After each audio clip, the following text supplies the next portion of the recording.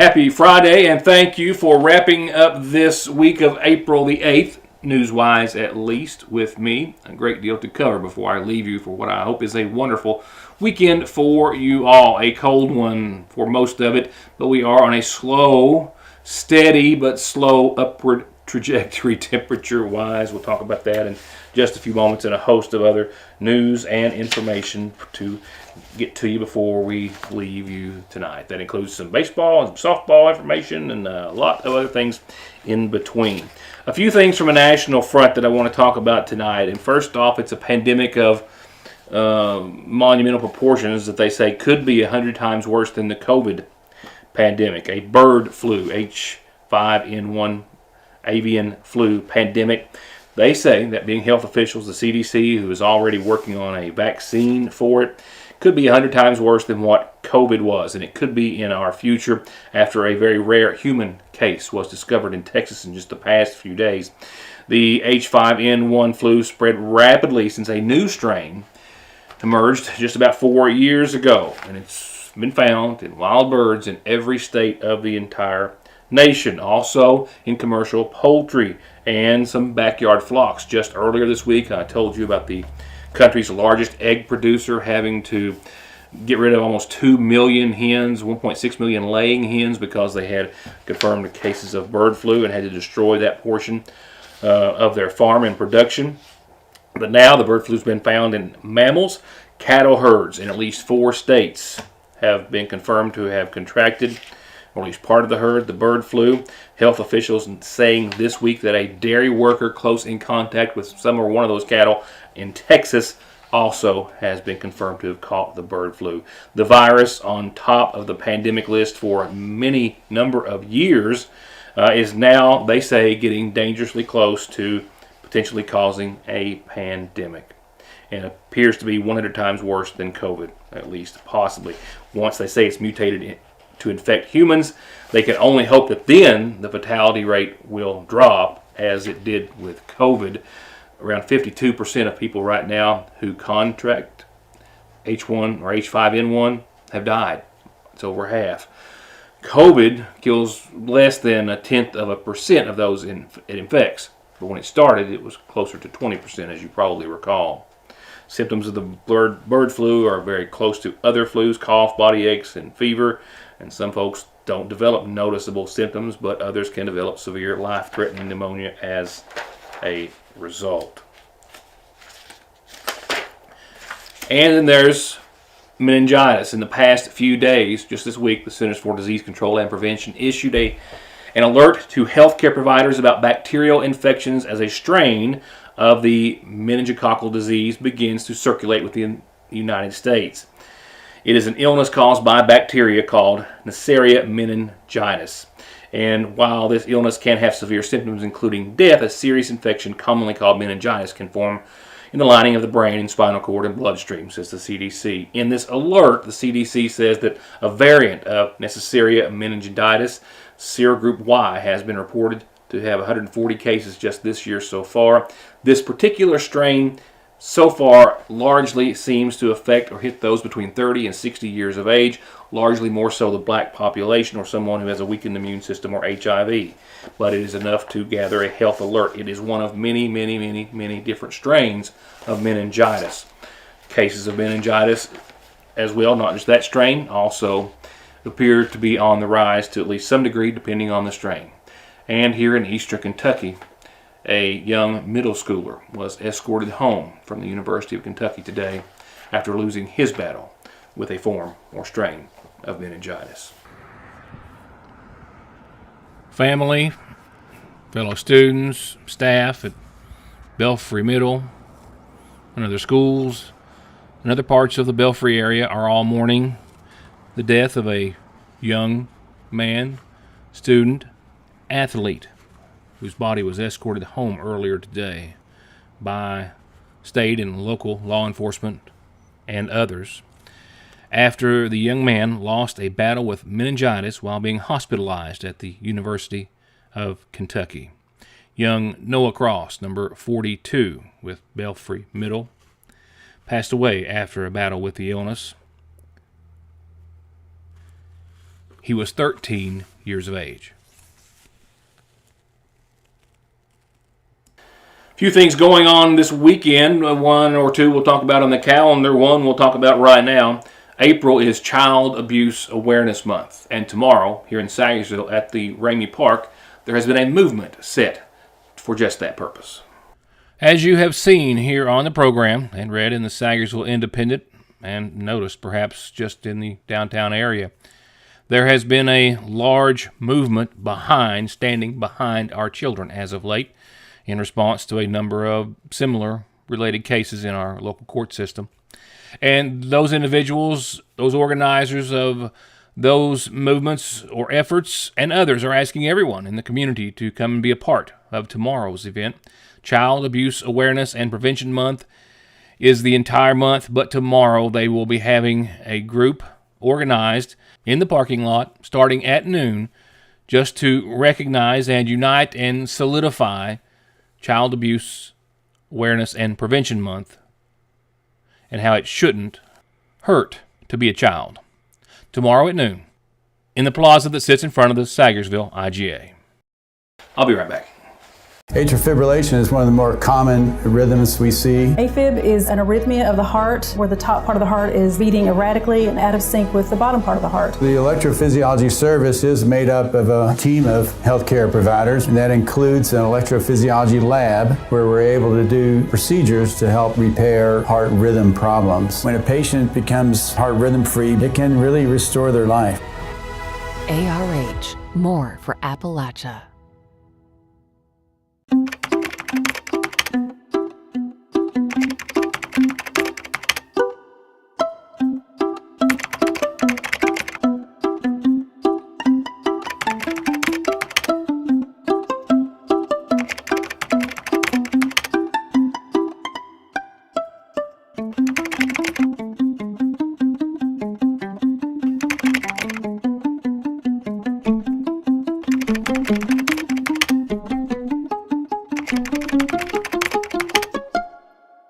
Sagersville National Bank hopes to help you start the new year with financial freedom and peace of mind. From new services like Apple and Google Pay with your debit card to their more than century of being dedicated to being your personal or business banking institution, they're here for you with digital, phone, or in-person banking at both locations.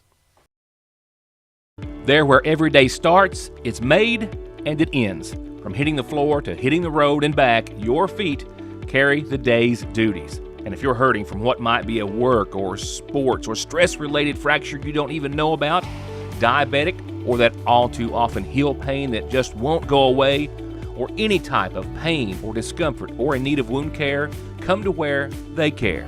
Put your best foot forward and come visit our podiatry team. We care about our patients and their feet. That's Dr. Cheney and her team at Hope Family Podiatry Center next to Hope Family Pediatrics on the Mountain Parkway. Raise your hands. Who thinks math is hard? Now, who thinks feeding a family of 4, 6, 8, or 10 is even harder? Well, so do we. Welcome to Math and a Meal Made Easy. Did you know you can get a family meal deal at your Sagersville Lee's for as low as $4.61 a person with bone-in chicken, $4.15 a person with our famous strips? That's chicken sides and biscuits. Count to 100? Thank a math teacher. Feed a family for less? Come to your Sagersville Lee's. Few things in sports and certainly your weather that we'll cover, so let me skip right on over to tonight's McGoffin Farm Bureau calendar. First, let's remember Trader Days tomorrow, hosted by your Royalton Community Council. A whole lot of vendors, a whole lot of cool things to see, buy, smell, taste, you name it, it'll be there. 9 in the morning till 5 tomorrow, and the weather's going to work out for it. Might have to dodge a couple of early showers, but nothing heavy. Half Mountain Park tomorrow, 9 to 5. Be sure and stop by Trader Days. It's going to be a big one tomorrow. And be sure to remember that next week starts a new round of the McGoffin County-wide cleanup program and campaign. District 2 residents are all next week. District 3 residents are all the week thereafter. Oh, on an unrelated note, I promised the Sheriff, Bill Meade, that I would mention that Monday the 15th, a week from this coming Monday, is the last day to pay taxes in his office. Your property taxes, which are already being, of course, assessed with a late fee, but nevertheless, they will be turned over to the clerk's office for collection and considered delinquent after April the 15th. So if you have any taxes that you haven't paid or need to check, you've got until the 15th to do so at the McGoffin County Sheriff's Department. With that said, you've always got time to get on the calendar. Just make sure you get that information to me. And birthdays and anniversaries, of course, we love to have those as well. Moving on, funeral services, I've learned, have been set for Loyal May. Loyal passed away at the age of 89 this week. The son of the late Paris and June Adams May, Loyal survived by his wife, Mary Sue, son Dwight David, and grandson Jonathan Daniel May, and a niece, Anne Harriet Halcomb. In addition to his parents, Loyal is preceded in death by his sister Barbara Sue May Halcomb and her husband Harry and his precious grandson Joshua David May. Services will be held this Sunday over the weekend at 2 o'clock from the McGoffin County Funeral Home. Friends can visit the funeral home tomorrow from 6 until 9 for visitation. Services for 83-year-old Jodine Salyer will be held tomorrow in Salyersville at 1 o'clock from the McGoffin County Funeral Home. Survived by his son Eric, daughters Jackie Howard, Paula Conley, and Tammy Fletcher, brother William J., sister Rita Crace, 8 grandchildren, and 5 great-grandchildren. Services for Jodine Salyer again tomorrow at 1 o'clock. And from Jones and Preston, 55-year-old John Woodford Bowen of Paintsville passed away on Sunday, survived by his parents, Woodford and Judy Reed Bowen of Flat Gap, 2 sisters, and a niece and 5 nephews. A celebration of life service will be held tomorrow morning at 11 at the Fish Trap United Baptist Church. And 76-year-old Gary Keith Van Hoos of Paintsville passed away Wednesday. Services to be held tomorrow at 1 from the Jones and Preston Funeral Home. In lieu of flowers, the family respectfully asks that donations be made to the Southside Free Will Baptist Church. Regardless of what season it is, you can always find fan favorites of the Ville, Salyersville, at the seasonal shop. For the dudes, Duke and Cannon, Turn Rose, and more. And always something for all the Hornet fans. And for all the ladies, it's always Wildcat season, and it all changes daily. That's why you always have to make a stop at the seasonal shop just next door to Fraser's Prater Drug Store. The best place for all your prescription, over-the-counter, and Radio Shack needs, with some of the very best hometown lunch specials and treats. They're a pair like you can find nowhere else but in Salyersville. I believe in Kentucky. I believe in Kentucky. I believe in small town values. And mom and dad and the things they handed down. I believe some of the best people in the world are farmers. I believe in insurance that protects families, homes, and cars. I believe in always finding a way to do what you love. I am Kentucky. I am Kentucky. I am Kentucky. Someone dies in the U.S. every 7 minutes from an overdose, and over half of the population gets or takes pills from a friend or relative. And about 46 million and counting are exposed to narcotics in their drinking water. So don't toss them, flush them, or leave them lying around. Safely dispose of your unneeded meds anytime at Parkway Pharmacy, where you can always talk to a pharmacist when you need one. Whether you've got a new ride and you want it to stand out in the crowd, or you want your current ride to look and feel like a new one, no one does lifts, wheels, and tires better than Conley's. Stop in now for spring tire specials, free quotes, and 0% financing, or log on to conleytire.net. Jeremy Camp is bringing his theater tour live to the Mountain Arts Center in Prestonsburg, Kentucky on Saturday, April 13th at 7 p.m. With over 6 million albums sold, 43 #1 singles, 5 GMA Dove Awards, and a Grammy nomination, Jeremy Camp is a Christian music superstar. Get your tickets today and share the room with one of the world's most powerful Christian recording artists. Saturday, April 13th at 7 p.m. Stop by the People's Bank box office, call us at 1-888-MAC-ARTS, or visit us at macarts.com. Opening day on the local level has been set for a week from tomorrow here in Salyersville, Magoffin County. Magoffin County's youth baseball, softball opening day is set for Saturday the 13th. The exact time and schedule to be released. We'll have that in next week's paper, and I'll pass it along here as well. They will be scheduling around D-League games and preparing for its 2024 season. McGoffin County Youth Baseball and Softball held a showcase at Ramey Park on Sunday the 24th. Prior to that, the McGoffin County Youth Baseball and Softball organization conducted its final sign-ups in mid-March, and they're raring and ready to go starting a week from tomorrow. While for the Hornets and Lady Hornets are ready and raring to pick up both their first win on the season. I'll start keeping tabs on all of our viewing area baseball and softball teams starting next week. We're just kind of getting into the season. The McGoffin County Hornets are 6 games in and still looking for their first win. This after their last game on the 30th. So they've had a few days, mostly weather-related, spring break and otherwise.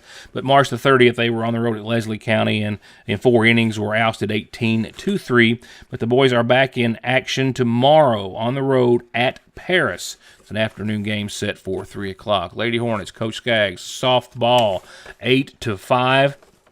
That's Knott County 8, McGoffin County 5. That was a home game for the Hornets back on the 28th, so earlier last week. And they will be hosting Pikeville this coming Monday, 6 o'clock. The girls right now 0-4 on the season after losses to Pikeville, Johnson Central, Elliott County, and the loss to Knott County, 5-8 in their last game. Again, the girls hosting Pikeville Monday, which will be well after the solar eclipse,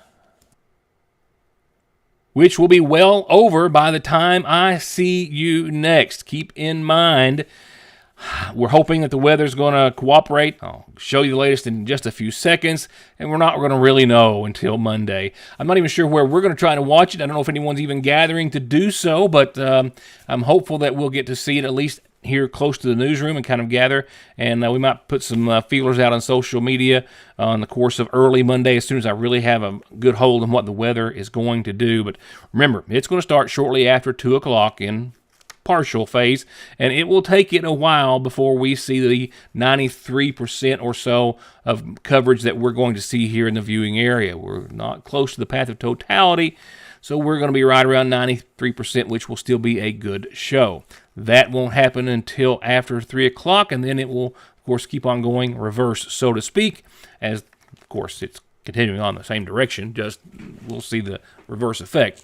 And then it won't be over till around 4 o'clock. And remember, schools are going to be let out at noon this coming Monday for this very fact, because students, and adults might find it very enticing to look up without proper eye protection. And remember, you do have to have proper eye protection to look at any form of it except for being under it during total eclipse phase, which if you're here, you will not be. You're going to have to make that trip to somewhere else to be under the path of totality. But you get the feeling, you get the idea, right? And we hope to see everyone after it's all said and done. And I hope to have some really good video. All that hinges, of course, right now on the weather forecast, which follows a look at some current conditions here in downtown Salyersville. Temperatures right now at around 43 degrees, topped out at almost 47 earlier today. It actually feels more like 38 when you factor in a little wind out of the east and, of course, the damp conditions out there as well, just making it feel a little more dismal and dreary.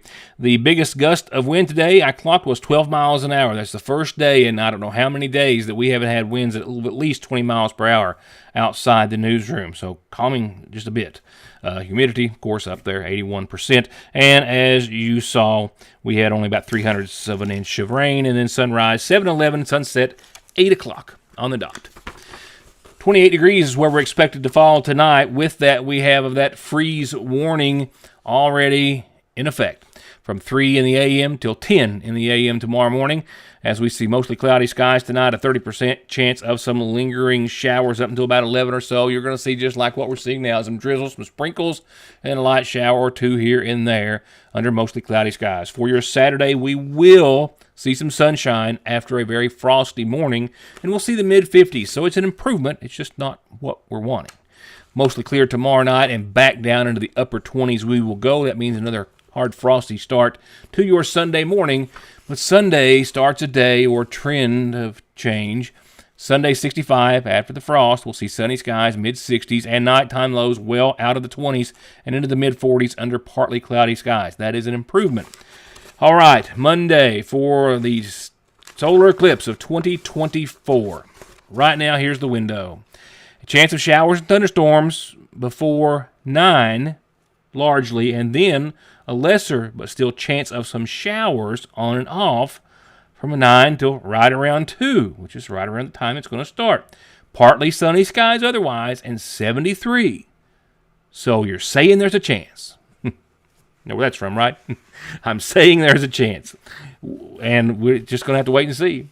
Hopefully it'll all go well. A lot of folks gearing up for this and excited, anticipating it, and I'm one of them. So hopefully it will all work out on Monday, wherever you're planning on seeing the eclipse. After that, temperatures hover around 74 a few days. Tuesday, 70 and 57, mostly cloudy.